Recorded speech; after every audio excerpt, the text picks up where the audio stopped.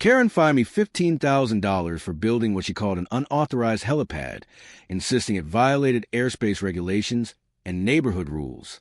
But when the governor of Georgia personally landed his helicopter on my property for an emergency briefing and publicly thanked me for providing a secure operational site, she learned the hard way that my federal aviation license and state emergency response designation render her fines meaningless. My name is Lucas, and I am the CEO of a disaster response and emergency logistics company headquartered in Atlanta, Georgia. I have spent 19 years building a business that coordinates disaster relief, manages aerial supply chains, and provides helicopter transport for emergency services across the Southeast. My work requires FAA certification, state emergency response credentials, and authorization to operate aircraft directly from my own property.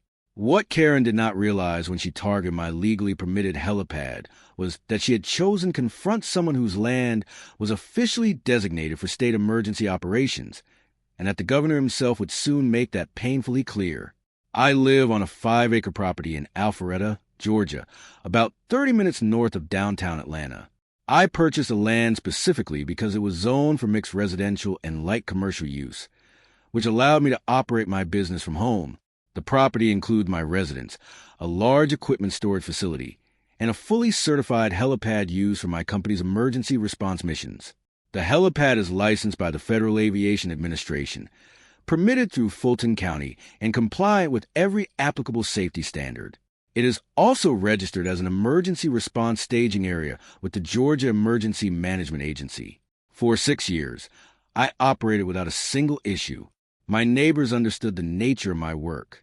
When hurricanes battered the coast or tornadoes tore through rural towns, my helicopters deployed to deliver supplies and evacuate civilians. It was critical work that saved lives. That changed 8 months ago when Karen moved into a newly built house along the edge of my property. She had perfectly styled blonde hair and immediately began complaining about helicopter noise. She sent letters demanding I shut down all aircraft operations because the sound disrupted her peace and quiet. I explained that my operations were fully legal, licensed, and conducted only during permitted hours in strict compliance with FAA and county regulations. She wasn't satisfied. She began showing up at county planning meetings and HOA meetings for nearby subdivisions, demanding officials shut down what she repeatedly described as my illegal aviation operation. 6 weeks ago, she escalated dramatically. I received a certified letter from an attorney named Douglas, claiming to represent the Alpharetta Heights HOA. The letter stated that my helipad violated HOA covenants, demanded immediate cessation of all helicopter activity, and imposed $15,000 in fines. I was confused because my property is not part of any HOA. I had purchased the land specifically to avoid HOA restrictions. I called Douglas directly. I told him I had received his letter, but my property was not part of an HOA. He responded that according to his client, my land fell under the jurisdiction of the Alpharetta Heights HOA based on a master development plan. I explained that my property was purchased before that subdivision even existed, and that my deed clearly showed no HOA restrictions. Douglas insisted that Ms. Stevens had provided documentation claiming the HOA had authority over all properties within certain boundaries, including mine. I told him that documentation was false and that I was not subject to any HOA.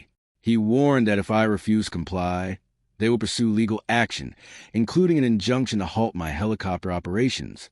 I contacted my attorney, Sharon, a real estate lawyer who had handled my property purchase years earlier. She reviewed the letter and researched the Alpharetta Heights HOA.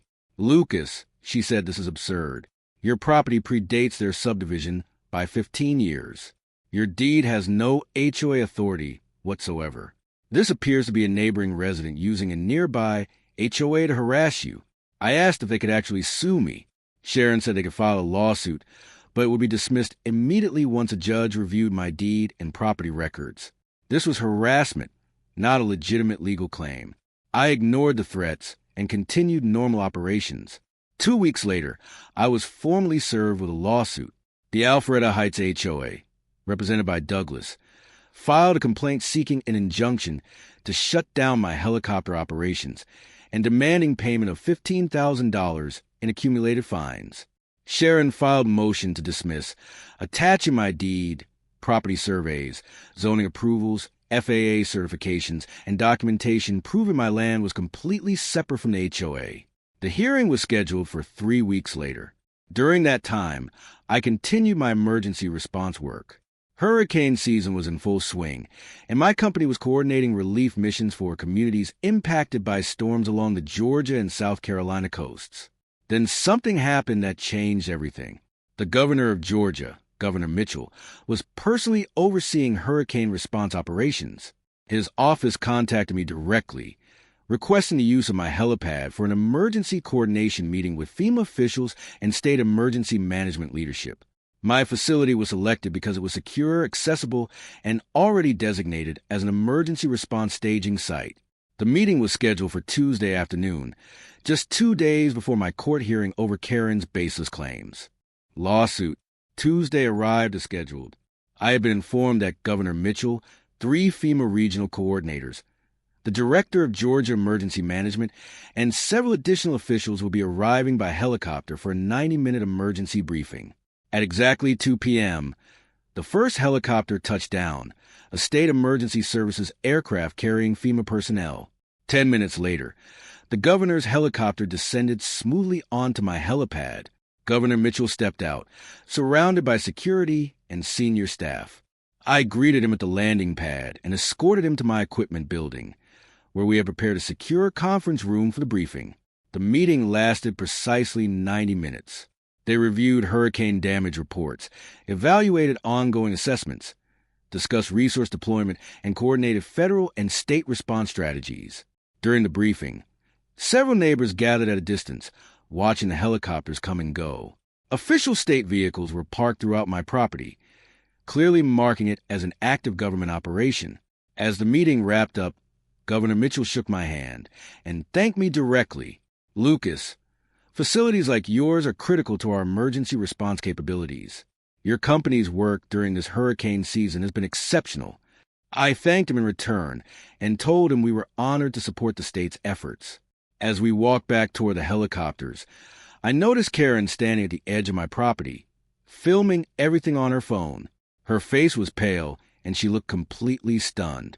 The governor's helicopter lifted off first, followed shortly by the remaining aircraft. Within 15 minutes, my property was quiet again.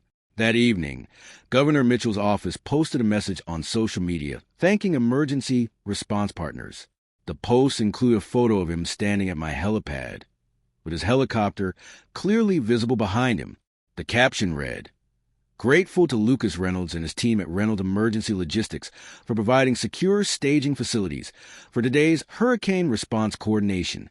Georgia's private sector emergency response partners are essential to saving lives." Karen saw the post. Her attorney Douglas saw it. And so, did the judge scheduled to hear the HOA's lawsuit 2 days later. Thursday morning, Sharon and I arrived at Fulton County Superior Court for the hearing.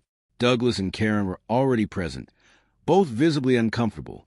Judge Anderson called the case and addressed the motion to dismiss filed by the defense.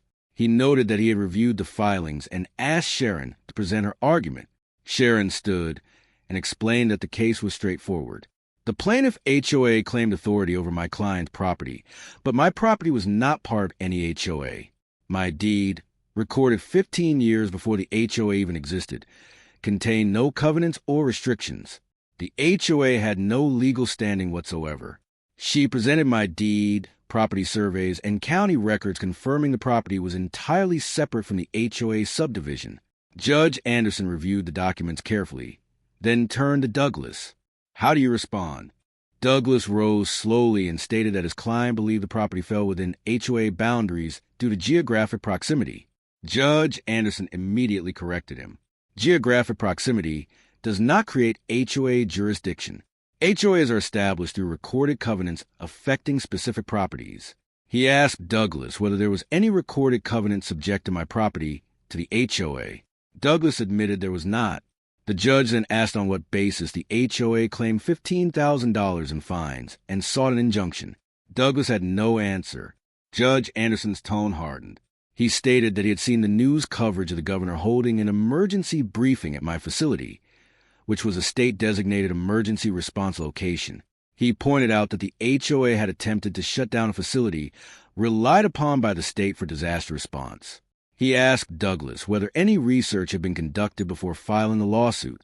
Douglas said they relied on their client's representations. The judge responded that those representations were false and declared the lawsuit frivolous. The motion to dismiss was granted. Judge Anderson further sanctioned the plaintiff HOA and ordered it to pay my attorney's fees. He stated plainly that the case never should have been filed. Turning to Karen, he told her she had attempted to shut down a legitimate emergency response facility with a baseless lawsuit, wasting the court's time and my resources. The sanctions would reflect the seriousness of filing frivolous litigation. The HOA was ordered to pay $22,000 in attorney fees and sanctions. Karen attempted to argue that she did not personally owe the money, but the judge clarified that as HOA president, she had authorized a lawsuit and the HOA was liable. That week, the Alpharetta Heights HOA board held an emergency meeting. The other board members were furious. Karen had committed the HOA to costly litigation without proper approval, and now they were facing a $22,000 judgment because of her personal vendetta. The board voted unanimously to remove Karen as president and to pursue legal action against her personally to recover the money. Karen's homeowner insurance refused coverage because the judgment stemmed from intentional misconduct, not negligence. She was personally responsible for reimbursing the HOA. She couldn't afford it. Within 3 weeks, she put her house on the market. It sold below market value due to buyer concerns about HOA finances and legal instability. After paying off her mortgage in the judgment, she was left with almost nothing. She moved into a small rental apartment outside Atlanta. My Helipad continues to operate exactly as it always has. The FAA license, county permits, and state emergency designation remain fully valid. Governor Mitchell's office still uses my facility occasionally for emergency coordination. Every time state helicopters land on my property, I remember Karen's face when she realized she had tried to shut down a state emergency response site.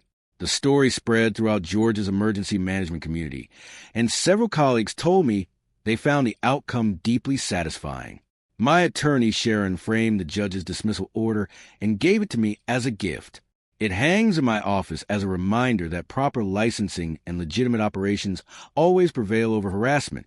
If you're facing HOA interference with a properly licensed business, document everything and consult an attorney immediately.